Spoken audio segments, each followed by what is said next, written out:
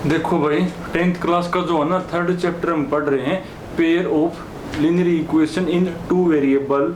और इस चैप्टर में हमने क्या चीज़ पढ़ी भाई कि अगर आपके पास टू वेरिएबल में टू इक्वेशन हो तो उनको आप सिंप्लीफाई कैसे करोगे। उनको सिंप्लीफाई करने के चार मेथड हमने पढ़े। चार कौन कौन से भाई? ग्राफिकली, सब्स्टिट्यूशन, एलिमिनेशन और क्रॉस मल्टीप्लिकेशन। मतलब अगर आपके पास इस टाइप की दो इक्वेशन हो ना, a1x plus b1y plus c1 equal to 0 और a का मान लिया a2x plus b2y plus c2 equal to 0, तो इनको सिंप्लीफाई करना हम सीख रहे हैं। और इनको सिंप्लीफाई करने के चार मेथड हमने पढ़े हैं। सिंप्लीफाई करने के बाद जो x और y की वैल्यू आती है ना, उनका नाम सॉल्यूशन होता है। क्या नाम होता है? सॉल्यूशन। और अगर आपके पास टू वेरिएबल में टू इक्वेशन हो ना, तो इनके सॉल्यूशन तीन टाइप के होते हैं। तीन टाइप के कौन कौन से भाई? या तो इनका जो सॉल्यूशन है ना वो यूनिक सॉल्यूशन होगा।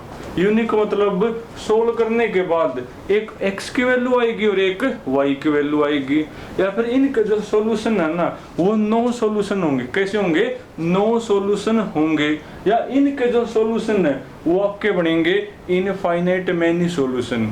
और आपने 10th क्लास में जो है ना, ये इक्वेशन तभी सिंप्लीफाई करनी होती है जब इनके सॉल्यूशन यूनिक हो। इनके सॉल्यूशन कैसे हो? यूनिक सॉल्यूशन हो। यूनिक मतलब कि सोल्व करने के बाद एक x की वैल्यू और एक y की वैल्यू आई। तो 10th में जो है ना, ये सिंप्लीफाई आपने तभी करनी है जब इनके सॉल्यूशन कैसे हो? यूनिक सॉल्यूशन हो, वरना ये आपने सिंप्लीफाई करनी नहीं होती। तो सॉल्यूशन आपके तीन टाइप के हैं। या तो इनके सॉल्यूशन यूनिक सॉल्यूशन होंगे, या फिर नो सॉल्यूशन, या फिर इनफाइनाइट मैनी सॉल्यूशन। और वो आप इन इक्वेशन को बिना सोल्व करें ये बता सकते हो कि इनके सॉल्यूशन कैसे होंगे। कैसे बोला? जो x के कोफिशिएंट हैं, जो y के कोफिशिएंट हैं, और जो कांस्टेंट है ना, आप इनमें रेशो निकाल लो। इनमें क्या निकाल लो? रेशो। वही तो बता दोगे। देखो निकालो रेशो एक बार।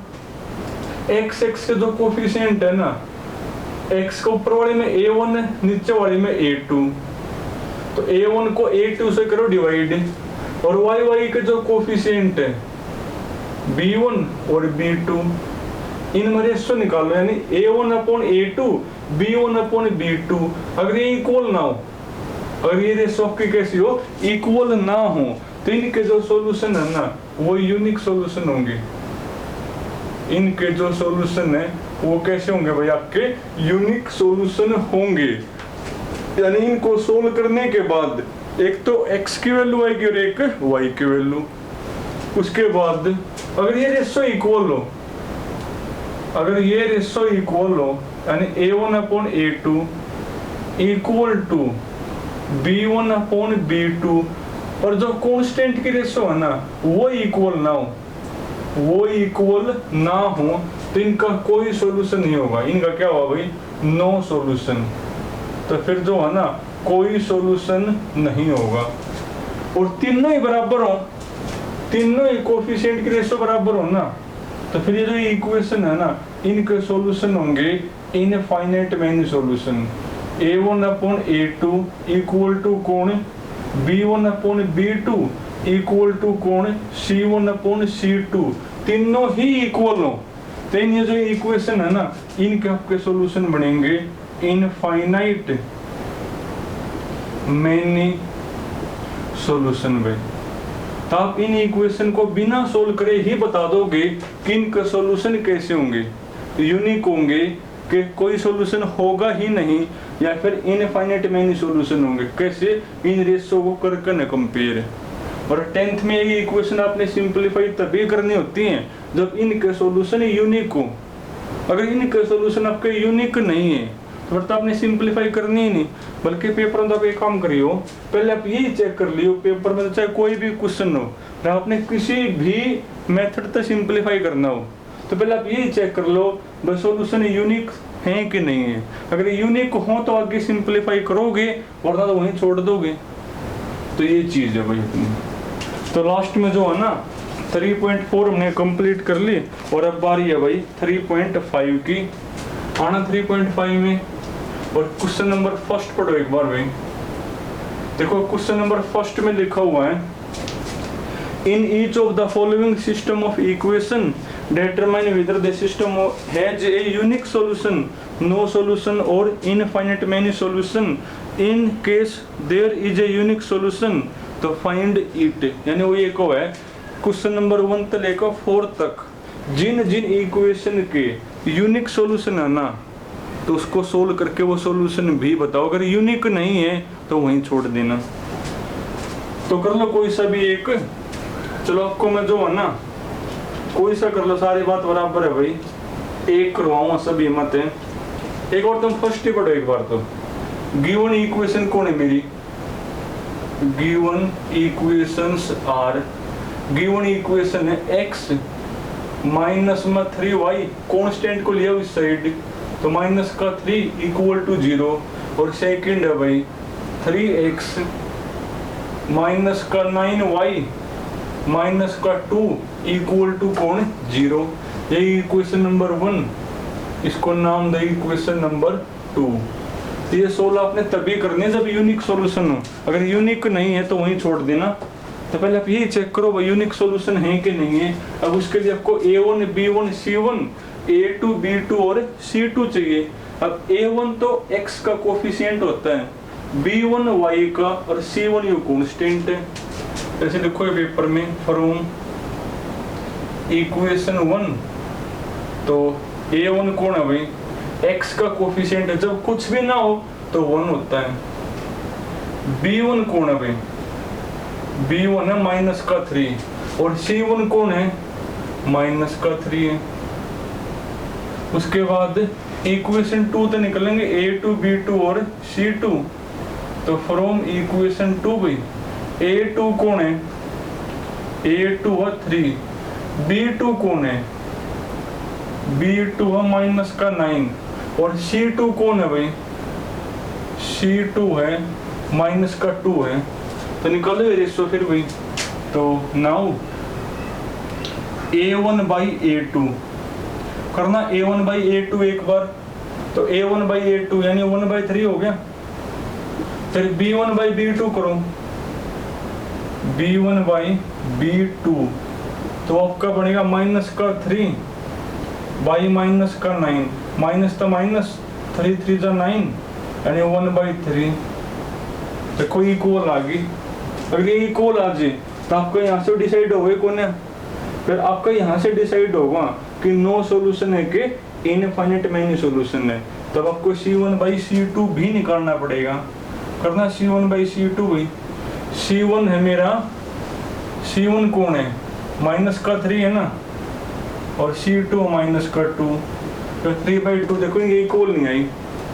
A1 by A2 A1 by A2 equal to B1 by B2 और इक्वल टू नहीं है C1 बाई C2। तो फिर कैसा होगा? नो सॉल्यूशन होंगे। कैसे होंगे भाई? नो, यानी इनको सोल्व आप कर ही नहीं सकते, वो सॉल्यूशन ही नहीं होगा। हाँ सोल्व आपने तब करने जब सॉल्यूशन कैसे मेरे यूनिक सॉल्यूशन हो भाई। तो सोल्व ही नहीं करना अपने। फिर तो सबसे पहला काम तो आपका बल्कि थर्ड चैप्टर की कोई भी 2 वेरिएबल में 2 इक्वेशन सिंप्लीफाई करनी हो तो आपकी शुरुआत यहीं से होनी चाहिए पहले तो, कि आप उसको सोल्व कर भी सकते हो कि नहीं। सोल्व आपने कब करना है? जब सॉल्यूशन कैसे होंगे आपके भाई? यूनिक सॉल्यूशन होंगे, वरना आपने सिंप्लीफाई ही नहीं करना। देखो इन सब के तो जो है ना यही बनेगा भाई, तो बाकी तुम कर लोगे। अगर यूनिक मिले तो फिर आपने क्या करना? उसको सिंप्लीफाई भी करना है। और सिंप्लीफाई आप किसी से भी कर देना। आपके पास 3 मेथड हैं, सब्स्टिट्यूशन, एलिमिनेशन और क्रॉस मल्टीप्लिकेशन। क्योंकि आपको कुछ भी नहीं लिखा हुआ ने तो आपकी मन मर्जी रहेगी, आप किसी से भी सिंप्लीफाई कर देना भाई। तो कर लेना। बाकी सेकंड है, थर्ड है, फोर्थ है, फिफ्थ में आओ भाई। पर फिफ्थ में जो है ना पहले जो मेन स्टेटमेंट है वो पढ़ो एक बार। फाइंड द वैल्यू ऑफ के की वैल्यू बतानी है और जो सिस्टम ऑफ इक्वेशन है ना इनके यूनिक सॉल्यूशन है। सॉल्यूशन कैसे हैं, यूनिक सॉल्यूशन हैं। जो आपको दो इक्वेशन दे रखे हैं ना, जैसे आप कोई सा भी कर लो, जैसे मान लो 50 है, गिवन इक्वेशन कौन है, kx प्लस का 2y या 5 को इस side equal to 0, second 3x plus y minus 1 equal to 0 है। और ये जो इक्वेशन है ना, इनका यूनिक सॉल्यूशन है। इनका सॉल्यूशन कैसे, आपके यूनिक सॉल्यूशन है। तो आपने k की वैल्यू बतानी है। अब जिसको बेस ही नहीं पता होगा भाई यूनिक सॉल्यूशन हो तो क्या होता है, देखो वो तो कर नहीं पावा। अगर इनका यूनिक सॉल्यूशन है तो x के कोफिशिएंट की रेशो और y के कोफिशिएंट की रेशो इक्वल नहीं होगी, तो वहां तक क्या आ जाए फिर मेरा। तो पेपर में ऐसे लिखोगे कुछ, given system of equation has unique solution में। जो सिस्टम ऑफ इक्वेशन है ना, इनके सॉल्यूशन कैसे, आपके यूनिक सॉल्यूशन है। अगर इनके यूनिक सॉल्यूशन है तो क्या होगा, x के कोफिशिएंट की रेशो, x का कोफिशिएंट है k, यहाँ पर x का कोफिशिएंट है 3, इक्वल टू नहीं होगी y के कोफिशिएंट की रेशो, यहाँ पर y का 2 और यहाँ पर y का कोफिशिएंट है 1, क्रॉस मल्टीप्लाई। तो जो k की वैल्यू है ना, नॉट इक्वल टू कर दो मल्टीप्लाई, 6 होगी। तो k की वैल्यू क्या होगी, 6 नहीं हो सकती। मतलब अगर वही पूछे ना वह k की वैल्यू क्या होगी, k की जो वैल्यू है ना वो कोई भी रियल नंबर हो सके, किसको छोड़ के, 6 को छोड़ के।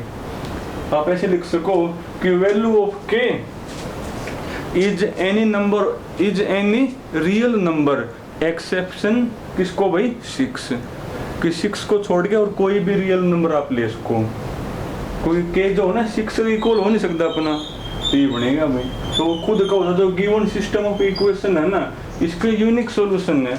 अगर यूनिक सॉल्यूशन है तो बेस हमने पढ़ लिया, ये होगा कि x के कोफिशिएंट की रेशो और y के कोफिशिएंट की रेशो इक्वल नहीं होगी, यानी k की वैल्यू कौन नहीं हो सकती, 6। तो फिर कौन हो सके हैं, कोई भी रियल नंबर, किसको छोड़ के, 6 को छोड़ के। तो चलो तुमने जो है ना 8 तक करनी है भाई, बाकी फिर कल करेंगे।